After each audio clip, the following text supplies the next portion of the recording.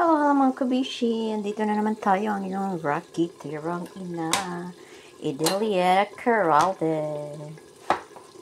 Sa video nito guys, magluluto tayo ng sabaw. Dahil medyo malamig-lamig na dito sa Greece. Magpa-fall na. Kaya mayroon tayo ditong sabaw ng manok. So, ginisa muna natin konti. Lalagay natin itong ating bawang. Not bawang, luya. Ating luya. So, mamaya na natin ilagay itong ating sibuyas at konting celery. So, ginisa ko na muna para mawala yung lansa ng ating manok. Kasi nga hindi na ito native.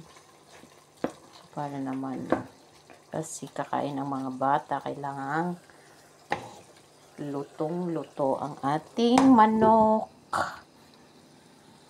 So, ayan guys, medyo okay na. Lagyan natin ng tubig. Ayan guys, lagay na natin ang ating patatas. O, diba nagmamantika na yan. Lagyan ko kunting olive oil.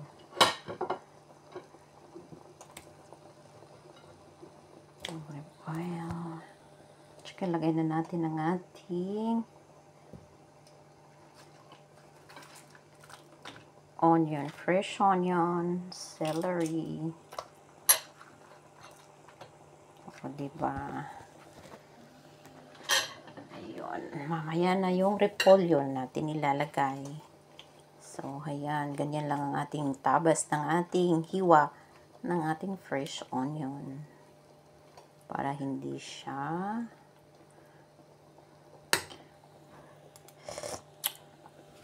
usually ang mga Greek pag nagsabaw talaga, malaking hiwa ng kanilang, minsan nga yung buong sibuyas, ilalagay lang yan. Tapos sa mahinang apoy, lalo na pagbaka. Tapos kailangan talagang, tapos ibiblend pa nila yan eh. Yung mga gulay, ibiblend nila yan, ihalo sa sabaw. Tapos kukunin yung laman na halimbawa, ito, manok. Tatanggalin nila yan. Tapos i-blend yung mga gulay at yun, kasama na sa sabaw. Para pagkain na diretso na, diba?